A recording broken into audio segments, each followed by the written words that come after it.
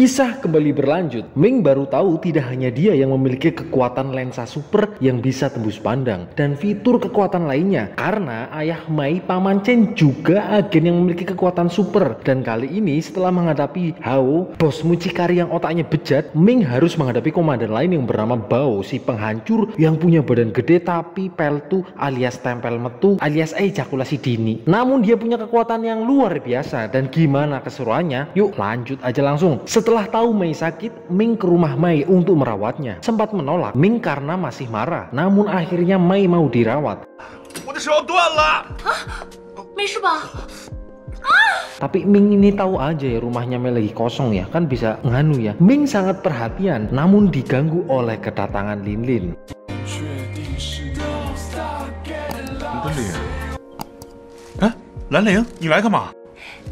Lin Lin membawakan obat tradisional agar Mei cepat sembuh. Ming mencoba memastikan suhu badan Mei.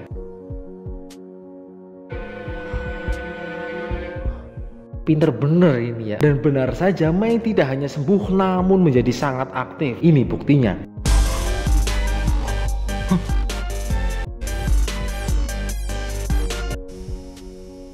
Karena gabut ketika menjaga Mei, tanpa sengaja Ming membuka pintu rahasia.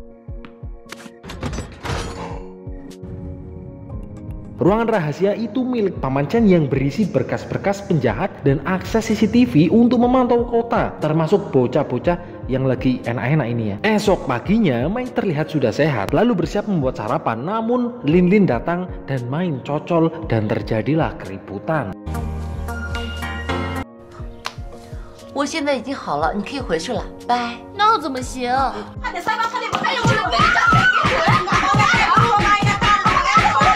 Ming pulang ke rumah dan mendapati rumahnya kosong. Lalu Ming menemukan korek api dari tempat hiburan malam. Jelas Ming bingung karena bapaknya nggak punya duit, kok berani-beraninya main ke tempat kayak gituan. Dan Ming mencoba masuk dan dikagetkan dengan bokong. Maksudnya penjaga di sana ya. Tante itu begitu agresif hingga kantong menyan milik Ming diblender. 这种地方不适合你。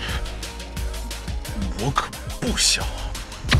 Guyer itu. Ming mencoba menyelinap dengan menyamar sebagai wanita penghibur. Sempat bingung gimana berdandan, lalu Ming mengaktifkan lensa mata ajaibnya dan meniru orang yang ada di depannya. Dan biar badannya agak nonjol, Ming menggunakan apel. Iya nggak, empuk ya. Sembari menawarkan buah-buahannya, tiba-tiba ada om-om genit menonyo pekarangannya dan membuat Ming marah. Karena tidak mendapatkan info, Ming kembali ke jalan yang benar. Ketika di WC, Ming dikagetkan dengan tante-tante mabok dan terjadilah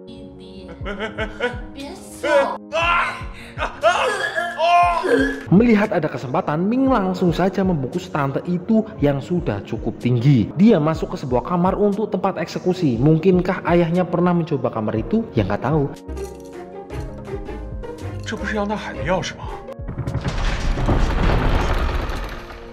Lalu Ming masuk ke sebuah ruangan di dalam kamar itu. Di tempat lain, diam-diam Lin mengikuti seseorang dan melakukan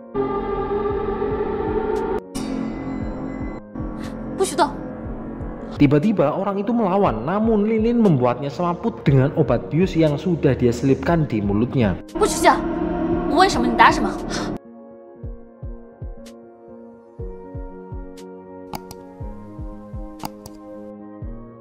Untung di bibir, nggak di tete. Kalau iya kan kita senang. Lin ternyata sebelumnya mengikuti orang itu karena Lin melihat tato di lengannya yang sama seperti orang yang melakukan pembantaian di dasanya. Kembali lagi ke Ming, dia mendapati ruangan untuk menyiksa dan mengambil potongan jari yang nggak ada tangannya ya. Tiba-tiba datang sepasang manusia yang sudah birahi. Dia bernama Bos Bao. Ming berhasil bersembunyi di bawah kasurnya. Kemudian Bao mulai bercocok tanam. Namun baru masuk imronnya udah keluar.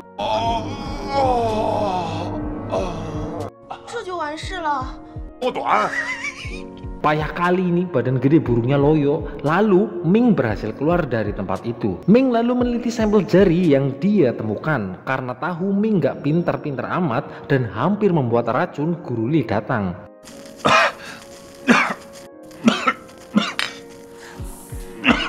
Ming bilang kalau dia ingin meneliti susunan jari yang dia temukan. Selain baunya kayak bangkai, dia merasa aneh karena darahnya berwarna biru. Lalu Guru Li membantu menganalisisnya. Kembali ke Lin. Lin mencoba menginterogasi orang itu, namun si Blegok ini nggak tahu siapa atasannya karena dia melakukan hanya untuk memenuhi kebutuhan keluarganya yang semakin banyak, dan dalam tugasnya dia juga tidak membunuh siapapun. 一个人，说重点。这就是重点。 Li mendapatkan hasilnya kalau jari itu dari tubuh manusia yang sudah mati lebih dari setahun, dan kemudian darahnya biru. Itu perlu dilakukan penelitian lebih lanjut karena darahnya itu tidak larut dalam zat kimia apapun, dan kenapa nggak busuk mungkin ada hubungannya dengan warna birunya itu. Sementara itu Ming masih belum mendapatkan info ayahnya yang menghilang. Karena di rumah sepi, Mei mencari kesibukan dan memilih yang besar dan bergerigi. Jangan ngeres ini ya, Mei hanya ingin mandi kok. Ya maksudnya mandi doang ya, nggak nganu ya. Ming lalu mencoba mencari informasi ayahnya dari pantauan CCTV milik Paman Chen. Kemudian Ming mendapati ayahnya di CCTV sempat diganggu oleh orang-orang yang tak dikenal. Namun ayahnya mampu mengalahkannya dan tidak mendapatkan info tambahan. 我去，这是我爸吗？没被这帮人带走啊？我爸到底去哪儿了？ Ming mendapat rezeki karena mendapat Mei baru mandi. Ya rezeki sih, yang penting jangan kedap. Lalu Ming bercerita ayahnya menghilang dan Mei akan membantu mengecek rekaman di CCTV-nya dengan detail. Lalu Ming mendapat info jempol temuannya dari Guru Li. Datanglah direktur baru bernama Sanji yang membuat Wang Xing bangun dari tempat duduknya ya, bukan. 东山大学生物系。 Kemudian Sanji berniat menemui Li, namun Li tidak ada di tempatnya. Ini bom itu matanya nggak bisa dibiarkan itu. Di tempat lain, Li sudah menemukan kandungan dari potolan jari yang mengandung esensi darah, yaitu zat dari zaman dahulu kala yang digunakan untuk mendapatkan kekuatan. Dan hasil tes ketika Ming dijebak dengan Lin juga terdapat esensi darah. Lalu apa hubungannya dengan hilangnya ayah Ming, sedangkan Hao juga sudah dikalahkan? Lalu datanglah Sanji. Ming sadar dia tante-tante yang ada di hotel yang ia temui. Tuh kan, main nempel-nempel aja itu kan jadi nganu ya. Ming kembali ke rumahnya dan mengingat kejadian pertempurannya dengan Hao. Lalu Ming masuk ke ruangan virtualnya meminta Alpha untuk membuka fitur kilas balik memori. Dengan mengelap lensa, kemudian membuka rekaman yang sudah dilalui Ming. Loh, malah joget ini ya. Ming baru teringat kalau Chen memberikan sebuah surat untuknya sebagai petunjuk kalau mengalami kebuntuan. Isi surat itu berupa kode seekor kelinci di antara matahari dan bulan gadis kecil yang menangis bahagia. Pasti itu adalah sebuah kode dari Paman Chen. Sanji selain cantik, dia juga hobi mabuk. Zhang yang suka padanya jelas selalu ada untuknya. Di rumahnya, Ming juga mabuk bersama Lin sambil curhat tentang ayahnya. Herman ya, kok pada suka mabuk ya? Ming mencoba membuka surat milik Chen dan teringat tentang Mei Chan. Karena tidak ada ayah yang tidak menyayangi anaknya, mungkin itu juga kode yang bisa dipecahkan oleh Mei Chan. Setelah lembur, Mei Chan menemukan petunjuk dari CCTV terlihat dari sebuah mobil. Dan jelas dari lingkungannya Ming nggak ada yang punya mobil kayak gitu. Karena lingkungannya Ming ini kere semua ya. 没印象，我们那破小区啊。 Lalu Mei Chan membandingkan perubahan mobil sebelum dan sesudah. Terlihat sama, namun setelah dicek ulang, ketika mobil keluar mengalami penurunan suspensi dan pasti ada tambahan orang naik. 车子出来时，轮胎的间距明显比进去时要小。你的意思是说，我爸在里面啊？ Dan ada banyak kemungkinan mobil itu memiliki jalur lewat mana. Ming memberikan surat Paman Chen dan kemudian Mei Chan teringat sebuah foto kalau di tempat itu ada kelinci di sebuah lahan yang bisa melihat matahari dan bulan. Setelah mereka mencarinya sampai sandekala alias maghrib, mereka belum mendapat petunjuk. Akhirnya mereka kembali ke rumah Ming. 哎，梦妍，算了算了，看天色越来越黑了，我们还是先回家吧。 Jelas Lin cemburu melihatnya. Mei akan menginap karena di rumahnya sendirian. Lalu datang Sanji dan Zhang yang tahu kalau ayah Ming hilang dan mereka akan membantunya dengan doa. Lah, Ming kembali mencari petunjuk ayahnya yang hilang. Ketika sedang berjalan, Ming merasa ada yang aneh. Lalu Ming mengaktifkan lensa ajaibnya. 你这是干嘛？ Benar aja ada sekumpulan orang yang menunggunya dan akhirnya Ming kabur. Di sisi lain, Wang yang mengintainya kaget karena Ming bisa melihat orang yang berada di balik tembok. 跟上目标， 追！ Sedang mencoba kabur, celana Zhang malah sobek. Murah sih.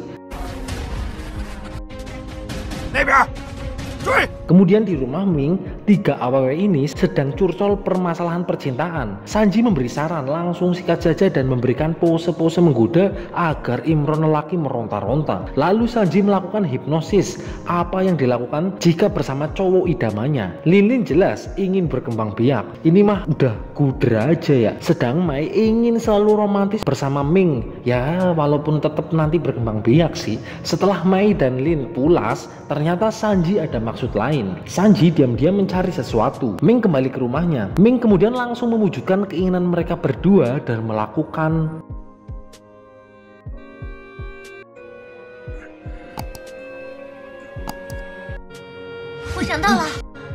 Wah, belum rezeki nih. Mei tiba-tiba terbangun dan teringat petunjuk ayahnya. Mereka lanjut mencari ke tempat yang Mei ingat, lalu menemukan sebuah patung kecil yang di bawahnya terdapat sebuah kotak. Di dalam kotak terdapat sebuah batu merah yang mungkin Guru Li bilang itu adalah esensi darah. Dan diam-diam ada orang yang mencurigakan mengintai mereka. Saat akan kembali pulang, Mei dan Ming dihadang. Namun mereka belum tahu aja berhadapan dengan siapa. Ming kemudian mengalirkan energinya ke tangan dan melakukan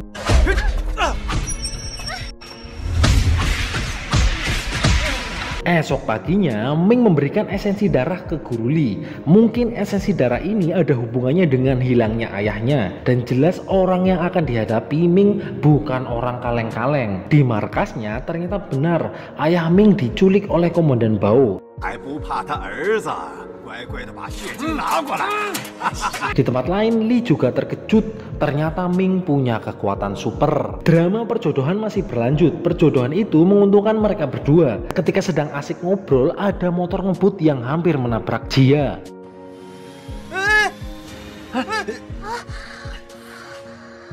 你怎么骑车的？ Ini marahnya pas orangnya pergi nih Wang nih. Cemen. Sanji ternyata kaki tangan Wang. Dia ditugaskan untuk mencari info tentang esensi darah milik Ming. Bahkan walaupun berkorban dengan tubuhnya harus dia lakukan. Setelah diperiksa Li, Ming mendengar pertengkaran. Lalu Ming memakai lensa ajaibnya.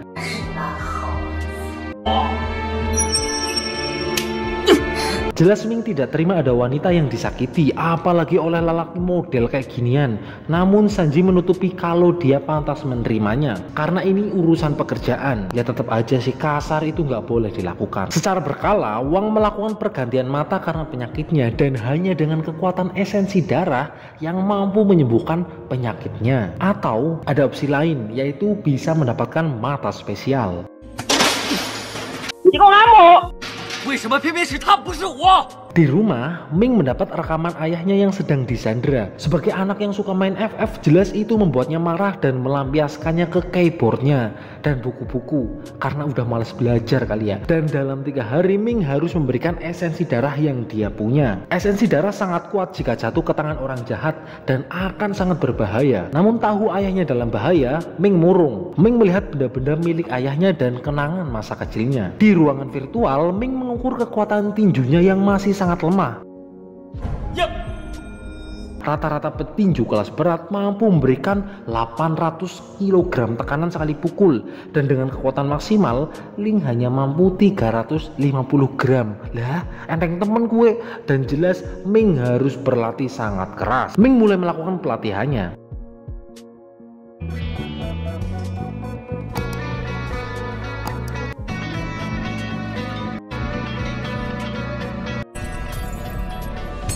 Agar lebih terprogram dan termotivasi, Lin memberikan program pelatihan yang harus dilakukan. Ya jelaslah, Lin memberikan semangat untuk Ming.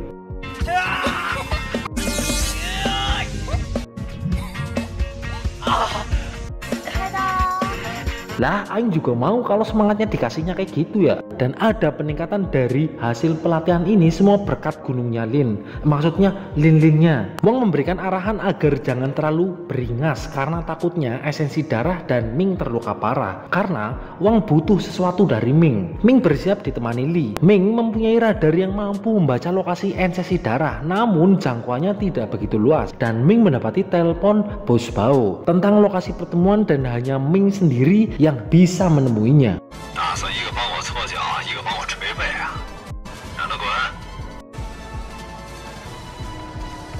Setelah sampai lokasi, Ming melihat sosok lelaki yang sedang diikat.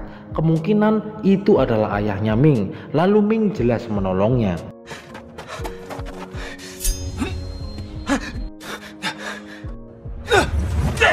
Kemudian datanglah Bao dan kroco-kroconya. Bao tidak membawa ayah Ming, jelas membuat Ming sangat marah karena tidak seperti janjinya. Dan dengan sombong, Bao memamerkan kekuatannya.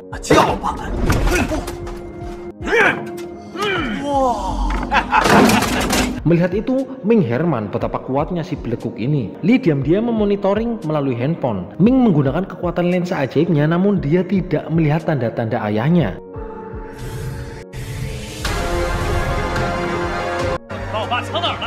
Kemudian Bao memaksa Ming menyerahkan esensi darah terlebih dahulu. Negosiasi tidak berjalan lancar, akhirnya baku hantam terjadi. Ming berhasil mengalahkan semua kroco-kroco Bao. Berbeda dengan anak buahnya, Bao begitu kuat dan berhasil melukai Ming dan membuatnya terluka parah.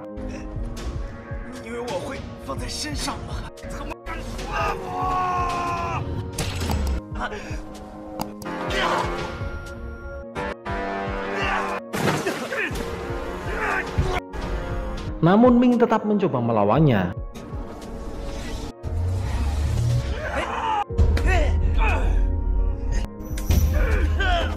Ketika Ming terpojok, tiba-tiba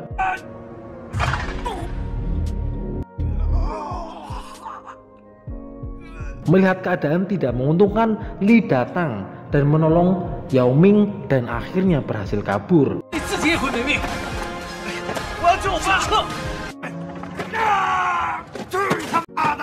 Ternyata Sunji tahu rencana yang Bao dan Mang susun. Apakah Sunji menolongnya? Ming terluka parah. Dengan keadaan seperti itu, Ming pastilah tidak bisa menghadapi komandan Bao. Di tempat lain, Bao marah karena Sunji membantu Ming. Namun Sunji melakukan itu karena Bao terlalu berlebihan. Karena kalau dia tidak membantunya, Ming akan terbunuh dan Wang tidak bisa mendapatkan mata milik Ming yang sudah Wang incar. Kemudian Bao mendapatkan satu kesempatan lagi untuk menangkap Ming. Sunji merasa Ming adalah orang baik, namun bahaya akan datang menghadangnya. Luka Ming cukup parah dan dalam. Beruntung ada Lin-Lin yang siap merawatnya. Ming mengkhawatirkan ayahnya. Kenapa Bao juga ingin menangkap Ming? Mungkin bosnya Bao butuh sesuatu selain esensi darahnya. Esok paginya, Li masih belum bisa memperluas jangkauan radar. Esensi darah yang mereka dapatkan juga masih kurang. Dan saat ini, Li masih belum bisa membuat saripati dari esensi darah karena terlalu rumit. Tiba-tiba Sunji datang dan mencurigai ada hubungan khusus antara Li dan Ming. Setelah Sunji pergi, Ming menggunakan lensa ajaibnya. Ternyata Sunji menguping dari balik pintu. Ming dan Li sengaja memberikan informasi salah kalau esensi darah akan disimpan di sekolahan. Sunji langsung melaporkan info yang dia dapatkan. Namun Wang yang agak pintar curiga karena seperti sengaja agar informasi itu bocor. Lalu mereka merencanakan sesuatu. Sunji lalu mendatangi Ming dan mengancam akan mengeluarkannya jika tidak mengikuti kelas. Namun Ming takut karena banyak benda berharga di lab, takutnya hilang. Ya kali aja ada yang mau nyolong mikroskop buat ngecek kuman-kuman di kuku. Ya nggak tahu kan. Sunji sebenarnya memberikan kode kalau akan disayangkan Ming yang tampan akan buta. Maka dari itu segera pergi dari kota ini. Wang diam-diam melihat obrolan mereka. Kelas studi tour dimulai. Ming yang sedang duduk didatangi Jia dan mencoba meminta maaf atas masa lalu mereka yang kurang menyenangkan. Jia mencoba menjelaskannya, namun Ming sudah terlalu dongkol dan pertemuan mereka ternyata direncanakan oleh Mei Chan. Yang Ming, 我喜欢你。你觉得我会相信你说的话吗？你就是不愿意面对而已。说够了没啊？ Mei Chan merasa Ming terlalu keras karena memarahi Jia di depan umum. Sebagai kompor, Wang menyalahkan Ming yang memarahi Jia di depan umum agar citra Ming jadi jelek. Emang lenyap ini orangnya. 难免缺乏教养。咱们多给他一点时间去提升。逃，你。 Lalu Bao datang menyelam ke sekolahan. Bao juga memakai esensi darah sebagai sumber kekuatannya. Sunji ternyata tahu kalau Ming dan Lee mengikutinya. Tiba-tiba radar berbunyi. Mereka mencari tahu sumber esensi darah dan membawa bala bantuan yang mengarah ke laboratorium. 已经进入学校了。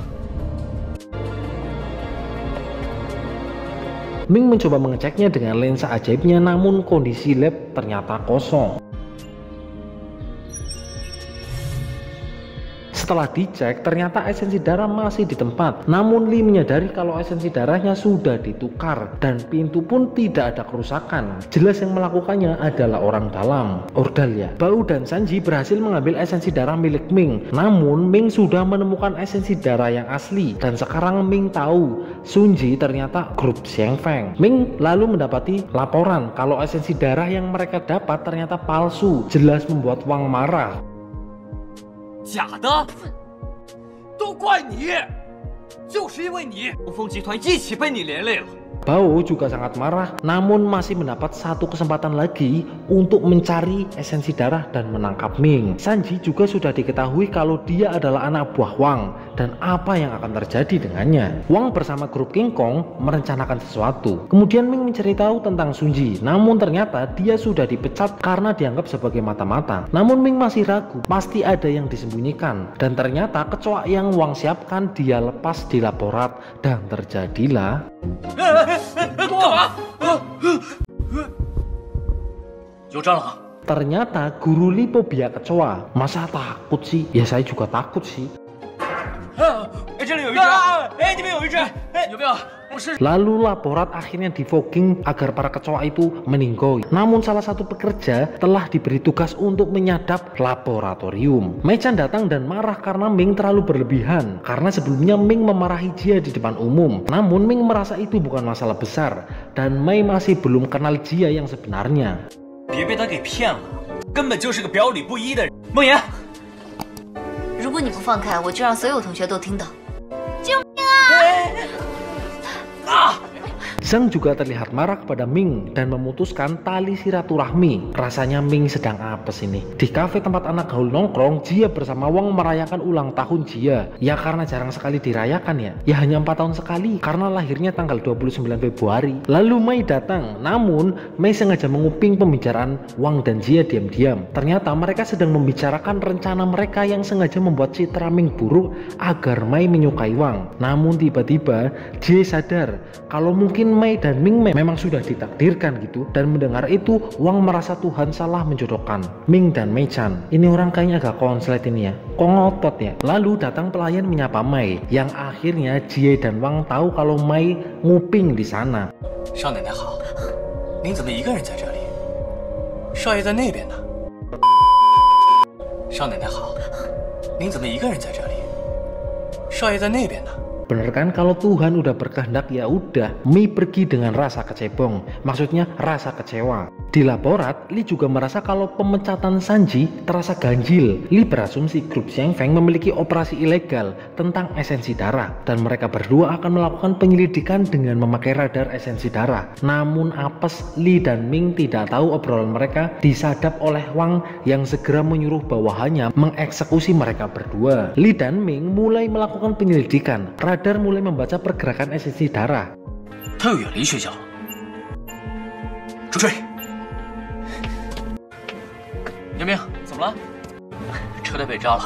Dan terpaksa mereka harus naik taksi. Mereka mengikuti sesuai radar esensi darah. Dan biar makin nurut, Lee memberikan tip kepada supir taksi. Emang nih kalau soal duit itu bikin beres ya. Namun tiba-tiba supir turun dari mobil dan mereka berdua terkunci di dalam mobil. 怎么去这么久啊？门被锁住了。 Merasa ada yang aneh, mereka mencoba keluar. Benar saja mereka dijebak sesuai perintah Wang yang dipimpin oleh Komandan Bao. 怎么样？ 鱼落网了， 干得好。 Namun, Wang mewanti-wanti agar Ming jangan sampai terluka parah karena Wang butuh sesuatu dari Ming. Yap, betul kupingnya. Bukan dong, matanya. Bao lalu mengiwi-ngiwinya dan melakukan Sungguh persiapan yang matang. Mereka berdua lalu dibawa ke markasnya. Ming menyadari markas itu sama seperti yang ada di video penculikan ayahnya. Lalu Ming mempunyai rencana setelah melihat pin milik Guru Li. 把它弄出来，这我在意大利买的。哎，快点，把它弄出来啊！把嘴扔了。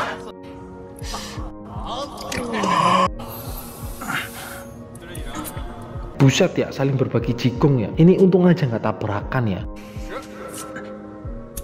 Wang memang mengincar mata Ming untuk menjadi miliknya. Namun setelah mendapat matanya, Wang tidak bisa langsung memakainya karena butuh esensi darah. Sembari menjaga Ming dan Li, para cecung Bao berbagi resep kencang makmur biar otongnya bisa bangun terus berjam-jam. Jelas Bao yang peltu tempel metu pasti mau, namun dia gengsi mengakuinya. Ming yang pernah ngintip Bao lagi enak-enak kan jelas tahu kenyataannya kalau Bao cuma bertahan di bawah 2 menit dan ditiup doang langsung muntah. Ming sengaja membuat marah Bao dan karena malu Bao melakukan. 哎呀，我估计啊，你根本就只有1-2分钟而已吧。唧唧歪歪，吵死了！说，大哥。 Dan setelah enak-enakan, Bao terkejut karena anak buahnya sudah pada tepar.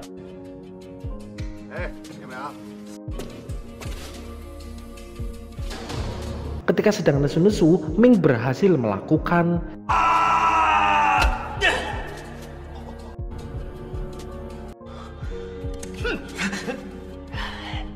Namun Ming tahu kalau Bao nampaknya tidak berani melukai Ming. Tahu itu kesempatan langka, Ming melakukan.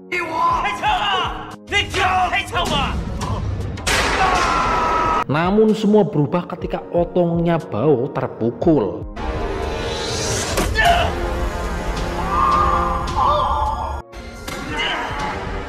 Larangan Wang rasanya sedikit menguntungkan Ming yang harusnya melawan monster ini yang sangat kuat ini.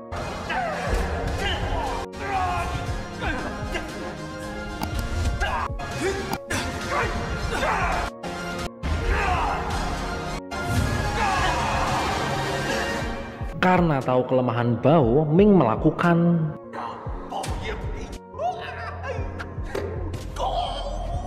Dan karena Bao marah, akhirnya dia melakukan.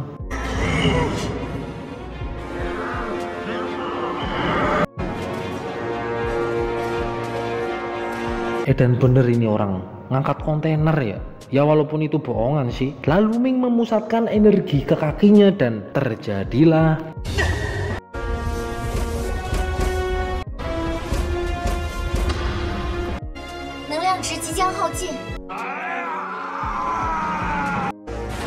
Karena terlalu cepat, Bao tidak bisa mengenai Ming. Namun tiba-tiba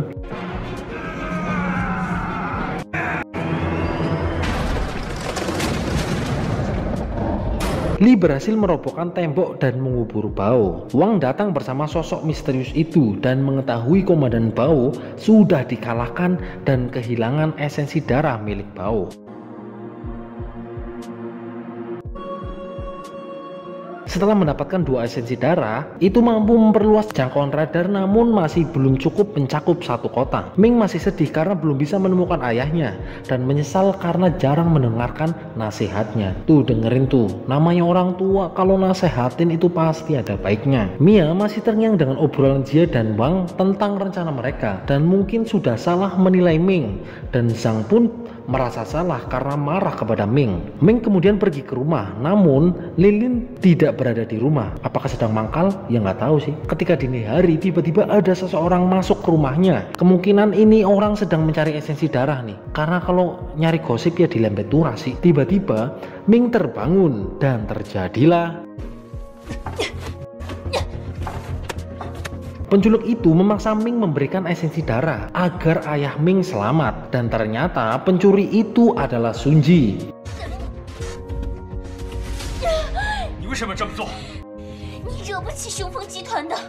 Dia melakukan itu sebenarnya niatnya baik agar Ming dan ayahnya selamat. Bahkan Sanji juga disiksa karena tidak bisa melakukan tugasnya. Lalu Ming mengobatinya.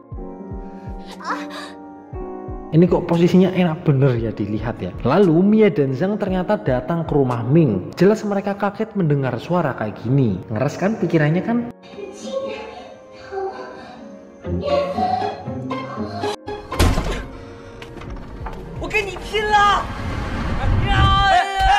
Akhirnya Ming dan Sanji menceritakan semua. Mei-chan merasa dia menjadi sebab semua kejadian ini. Lalu Ming akan pergi ke markas grup Xiang Feng.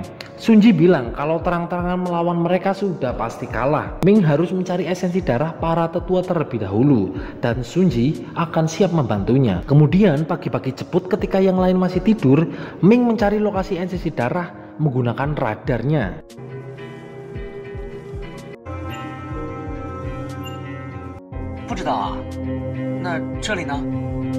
Kemudian Li datang. Lokasi itu adalah sebuah kapal yang berada di pesisir laut. Tantangan baru yang lebih berat sudah menanti Ming. Ming harus melawan para komandan lain yang bahkan memiliki kemampuan mata seperti miliknya dalam penyelamatan ayahnya. Dan banyak adegan-adegan memanjakan mata lainnya yang siap menghibur kalian semua. Maka dari itu bantu subscribe channel ini ya bosku, biar aing makin semangat menghibur kalian semua. Cukup sekian, sampai jumpa di next episode dan matur nuwun.